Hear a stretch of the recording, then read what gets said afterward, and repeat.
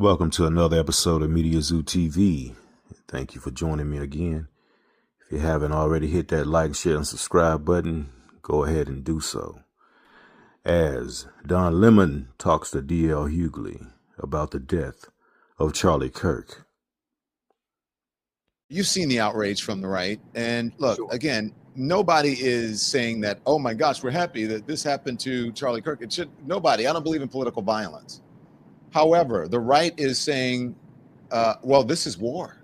And you liberals are killers. What was it when the one congresswoman was murdered along with her husband in Minnesota and another congressman? See, because here's the thing. Now, they bantering the word assassination around. Charlie Kirk was not a political figure. I mean, he might have been influential to political figures. He wasn't a political figure. He wasn't assassinated. He was shot. He was shot. And that's unfortunate. Unfortunately, that happens to far too many people. But those other two congressmen, they were political figures, and they were shot because of their political beliefs. And it's always like we can only have empathy for people if we relate to them, if we spark to them, if we have a tribal connection to them. It is a shame. And the thing that makes me the angriest about this is I always swore that I would never cede my humanity to anybody or any other situation, but that's getting more and more difficult to do, because I certainly don't believe a young man 31 years old should have lost his life. But Charlie Kirk was a horrible human being. He said horribly incendiary things. As a matter of fact, he died. The very last words he spoke were basically putting the onus of gun violence on gangs, which is a synonym for synonymous with black people. He blamed the very way he died was lying about black people with his last breath. And I just think the best thing I can say is that I hope he believed what he was saying. I hope he believed that lives being lost were worth it so the Second Amendment can persevere. I hope he believed that there should be a lack of empathy. He was parsing between sympathy. Sympathy means we have a similarity. Empathy means I have nothing to do with you, but I can still feel your pain as a human being. And I hope he believed all the rhetoric he espoused, because if not, that was certainly an empty, vacant way to live, and certainly a horrible way to die. Speaking of, here is Charlie Kirk on empathy. Instead, it is to say you're actually not in pain. So let's just very short clip. Bill Clinton in the 1990s, it was all about empathy and sympathy. I can't stand the word empathy, actually. I think empathy is a made-up New Age term that it does a lot of damage, but it is very effective when it comes to politics. Sympathy I prefer more than empathy. That's a separate topic for a different time. Here's cut 64. Okay, so you said sympathy and empathy are different. It would be great if one could have both, and that means it sounds to me like he's saying if I can't relate to you in any way, if you're not of my tribe, then I can't understand what it's like for you. Yeah, therefore I have no empathy, no feelings about good feelings. Exactly. Like even whenever, this is just my assessment of it, when I hear a white guy tell me how much he loves Christ, I wonder who he hates more, because it wasn't a mess of love and togetherness. It was separateness. It's superiority versus inferiority. And it amazes me how when Jesus was sitting with Lazarus, when Lazarus was asleep, and he was sitting with I forgot her name. He was with her, crying with her, even though he knew that he would wake him up 5 minutes from now. Like he knew, but that's empathy. The very tenet, the very core of Christianity is empathy. Loving your neighbor, not yourself, not people in your tribe. And they bastardize almost every aspect of this. They've taken terms and twisted them to mean something that they don't. He was a white nationalist who said horribly incendiary things about virtually everybody. If you didn't have his worldview, if you didn't see the world like he did, you were on the other side of it. I think that you shouldn't die for that. But unfortunately, that has always been the history of this country. So I don't have a hard time holding these two ideas in my head at one time. I think he was a vile human being, and I think you shouldn't die. But imagine if that were the standard, or that was the predicate for killing somebody, I think anybody would be alive. But I think he shouldn't have died for that. But lionizing him, you're lowering the flag. Even if Charlie Kirk Kirk had been alive when that school shooting that happened at the same time, he would have thought that those lives were worth it. He thought, and very clearly, he thought that the gun laws were too tough. He thought they should have been relaxed. So he died the very way, protecting the very thing that would take his life. And I don't believe in karma. But I do think it's interesting. He wasn't killed in New York or LA, or he wasn't killed in Baltimore or any of the cities that they constantly hold up as whipping boys. He was killed in one of the whitest places on earth, and by someone that looked like him. You can tell. Let me tell you something. You know who it was because you know who it wasn't. When 3 words let you know when the black guy, Utah and at large. So I think it is a shame that such a young man was capable of such acrimony and vile speak. That's the saddest part to me.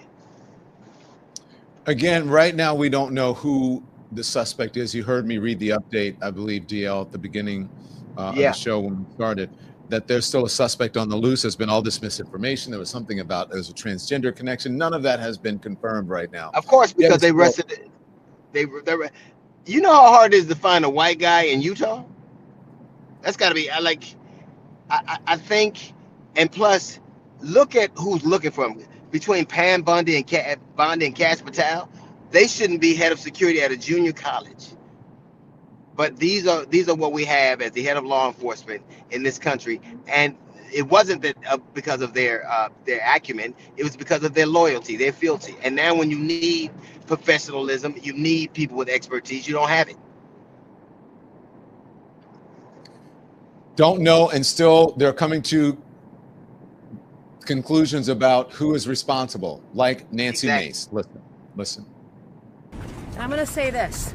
Democrats own what happened today. I am devastated. My kids have called panicking. All the kids of every conservative in the country called panicking. Just because you speak your mind on an issue doesn't mean you get shot. Then, by that logic, do Republicans own the shooting of the 2 Democratic lawmakers in Minnesota? Isn't this on both sides? Are you kidding me? No, I'm asking. We don't know what condition Charlie Kirk is in right now. Some raging leftist lunatic put a bullet through his neck, and you want to talk about Republicans right now? No.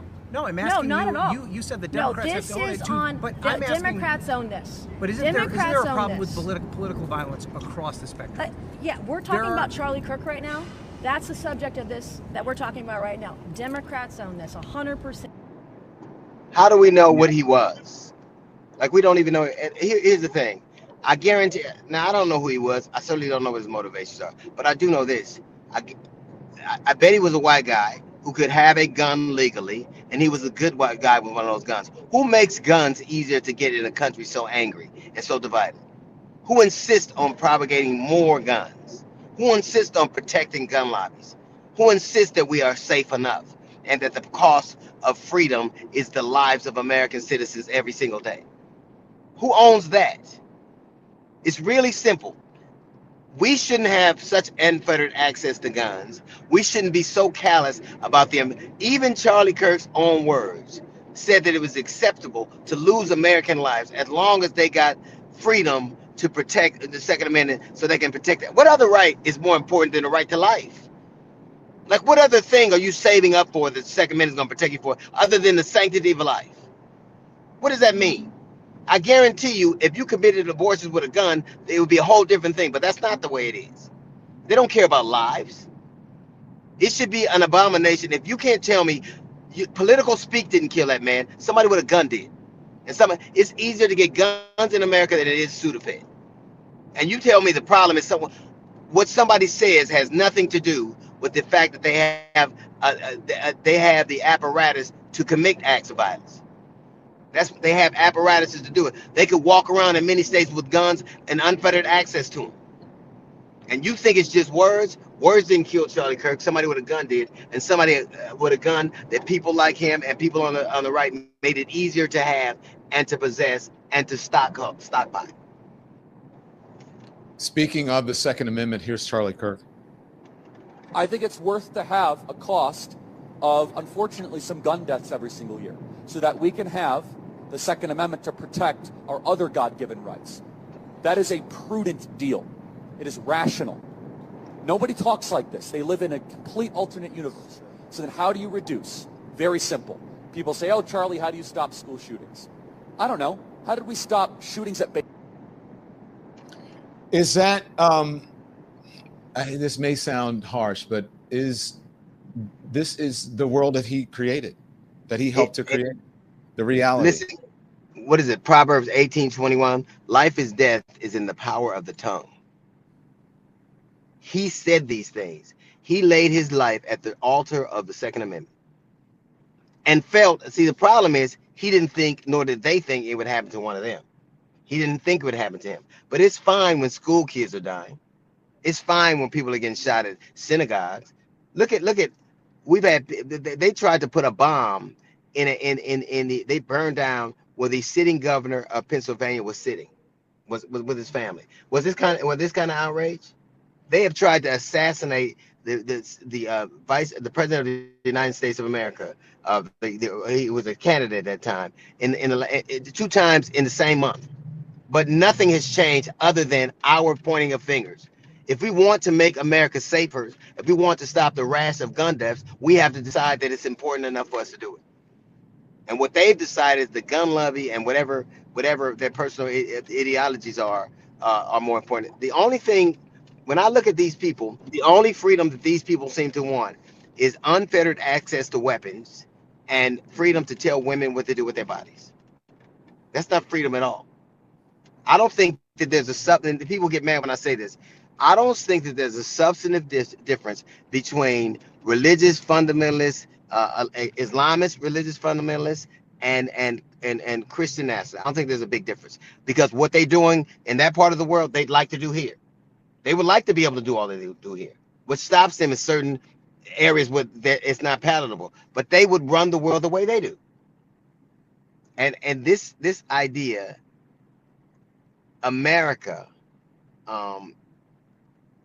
if violence is so unacceptable, why is it so readily accepted?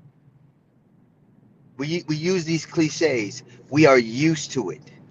You know what they call in America? People are shot all the time. People are murdered all the time with the use of guns. You know what they call it?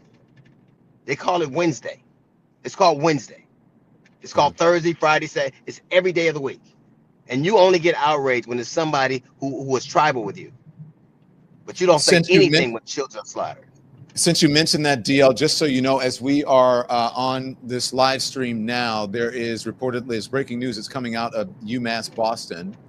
And there's folks are running for cover there because of reports of a shooting at UMass Boston happening just within the last 20 minutes. So it may not be a Wednesday, maybe it's a Thursday.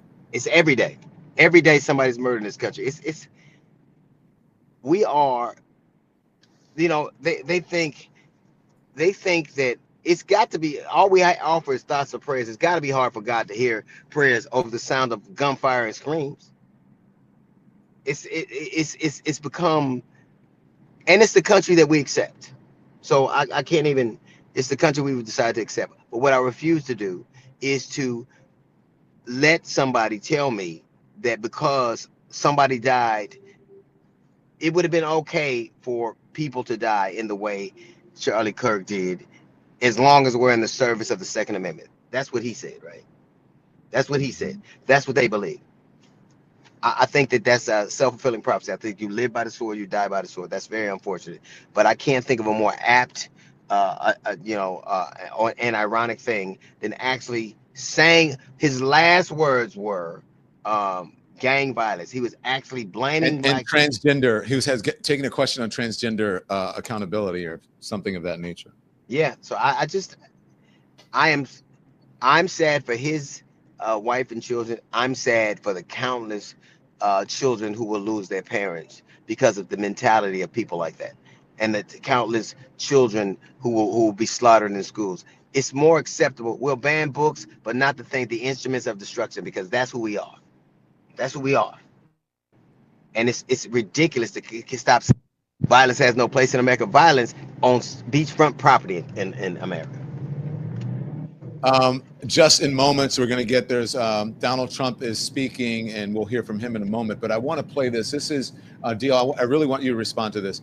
This is a Charlie Kirk on Black people and civil rights. We note in our piece that Kirk describes King as, quote, a bad guy. It's true. And Kirk's self-described very, very radical view that the country made a mistake when it passed the Civil Rights Act. Also true.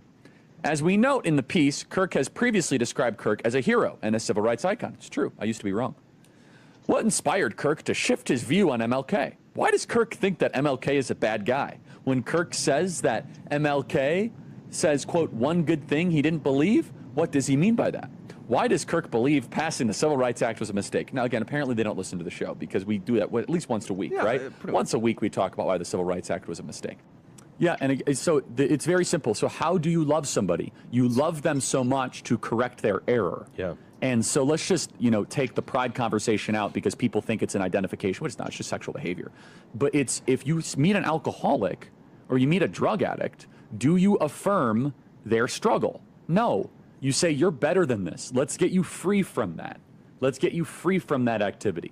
Now, we don't know what part Elon is saying is the actual truth. So let's go through this. Again, it's double negatives and misuse of the word disinterested.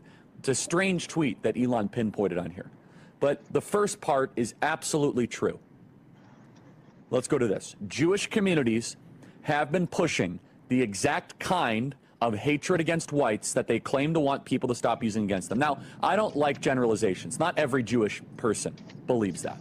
But it is true, the Anti-Defamation League was part and parcel with Black Lives Matter. It is true that some of the largest financiers of left-wing, anti-white causes have been Jewish Americans. They went all in on woke, and it wasn't just ADL. It was some of the top Jewish organizations in the country that have done that. In fact, we have seen this with the recent retreat of Jewish donations that are no longer going to be administered to colleges, right? Mark Rowan. So we get the picture of what he's talking about there. He's talking about Black people, the civil rights movement. That was a mistake. Gay people, problematic. Jewish people, apparently he's saying killers. But he never really had to say why it was a mistake. And ultimately, it's a mistake because, in his estimation, I would imagine, because this country, and I think to his ear, was just for white people. And Black people serve their purpose, and everybody else who's not them serve their purpose. I would just say this. America, this is America having to come to grips with the promise it made. It said that all men were created equal. It said that this, give me your tired, your poor, your huddled masses, your. It asked for this. Black people didn't come here because there was a job fair we heard about. America, America had an opportunity to be just a white, a Christian country, but it couldn't handle it on its own. It had to bring other people in, and this is the America as currently constructed, which has really been consistent. America's always needed poor Black and brown people to do its physical labor, and now it needs poor brown people to do its intellectual labor. So in America, if you won't pick an apple and you can't write an app, you're shit out of luck. And the problem is that we are the average American reads, the country, the average reading level is the 5th grade.